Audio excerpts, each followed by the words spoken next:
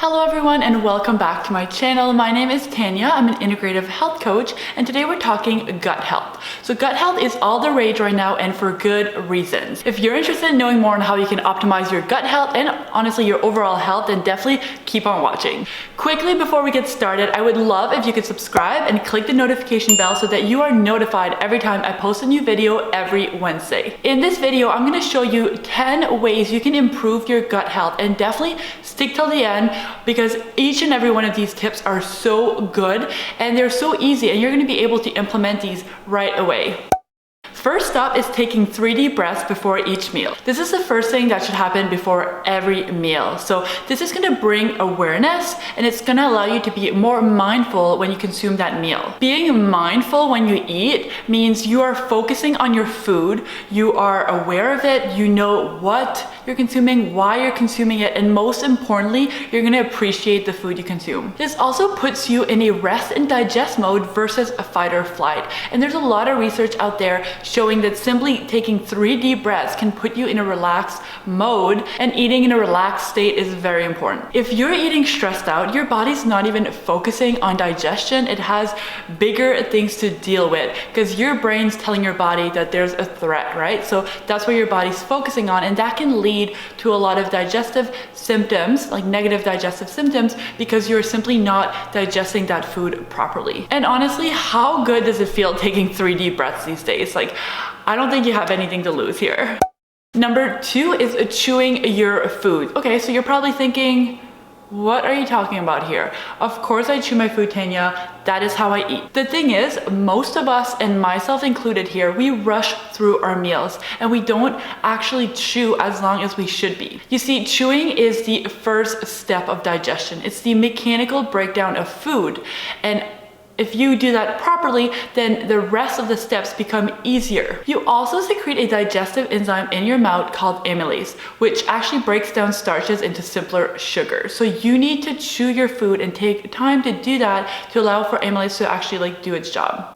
Number 3 is taking a digestive enzyme supplement. So your body naturally produces digestive enzymes. I just mentioned amylase, and then you also have protease and lipase, which helps the breakdown of protein and fat. So again, our body does naturally produce these, but if you do have a compromised digestive system or you're planning on having like a larger, heavier meal, then I do highly recommend supplementing with a digestive enzyme. For example, I just had my birthday weekend and I had all the good food and all the treats, but I definitely had a digestive enzyme in a capsule with those meals, and it just allowed me to digest.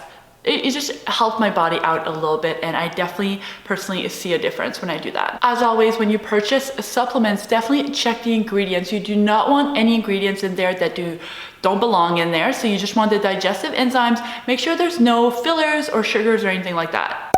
Number 4 is another supplement you can take, and that is probiotics. I'm sure you've heard of probiotics by now, but essentially probiotics are live bacteria that you have in your body with a large concentration of them in your gut. Research is showing right now that having a well-diverse gut microbiome is linked to good health. So by supplementing, you're continuing to ensure that you have this kind of wide variety of bacteria in your gut, because there are certain things like lifestyle factors, behaviors, things that you do that can actually like wipe away some of those bacteria.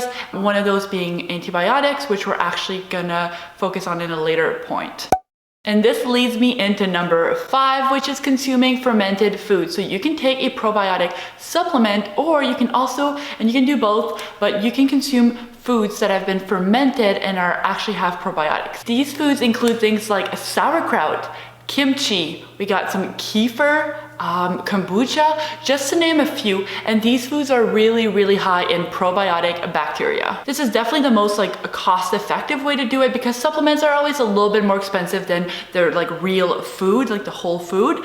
And if you want to be real cost-effective here, then you can actually create these foods yourself, and that's something that I haven't done personally, but I would really love to try. So actually let me know in the comments down below if you'd like me to try and kind of show my experience with making some fermented foods, and also let me know which type of fermented food you'd like me to try and make. Along with the probiotics come the prebiotics, and that is my number 6. So prebiotics is a type of fiber that is actually not digestible, but it feeds our good gut bacteria. So it's good to have that well-diverse microbiome, but you gotta keep them happy and feed them with the prebiotic. Good prebiotic foods include artichokes, asparagus, we got some onion, garlic, green bananas, chicory root. There's a few options there, but you can also consume it in a supplement form. So I personally love taking this fermented organic gut superfoods plus powder by Genuine Health. It is full of amazing ingredients that support your gut health, and it's just so easy to implement in like your daily routine. I love the flavored one. This one is the summer berry pomegranate. Just mix it in water, drink it. You can also get the unflavored one and then like add it in smoothies.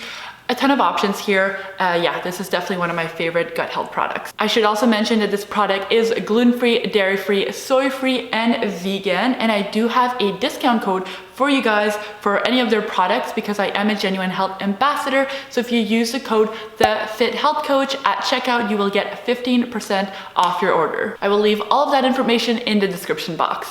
Number 7 is removing foods from your diet that are difficult to digest, with the biggest offender being gluten. So celiac disease is an autoimmune disease that when you consume gluten, it triggers an immune reaction that attacks your gut lining. But you don't need to have a celiac disease to actually benefit from removing a food like gluten from your diet. Gluten is actually a protein found in a lot of grains, so you can find it in things like wheat, rye, and barley, and it is difficult for your body to digest, especially when you have, again, like this compromised gut health already, and it can lead to a lot of problems. If you're unsure if gluten affects you or not, I recommend just removing it from your diet for a short amount of time and then seeing how you feel.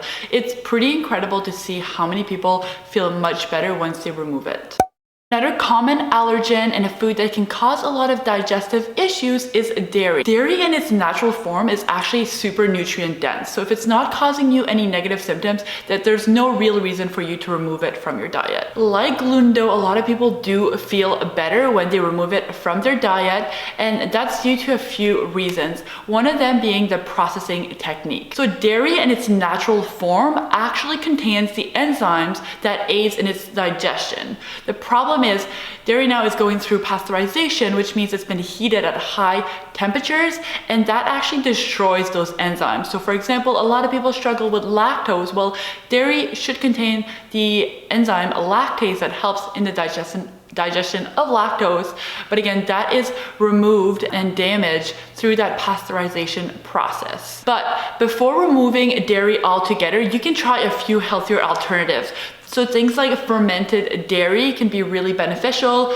Trying out grass-fed dairy versus conventional. Some people do really well with dairy in its raw form as well, where it has all those enzymes, but that can be a little bit more difficult to source. And then one of my personal favorites is, for example, consuming ghee over butter. So ghee is clarified butter, which means it is separated the fat from the protein and sugar. So all you get in ghee is like the fat, the nice nourishing fat, and then you don't get the protein and the sugars, which is what typically is difficult to digest. Okay, we got 2 tips to go, but if you are enjoying this video so far, I would love if you could like this video. This just really supports my channel and I'm forever grateful.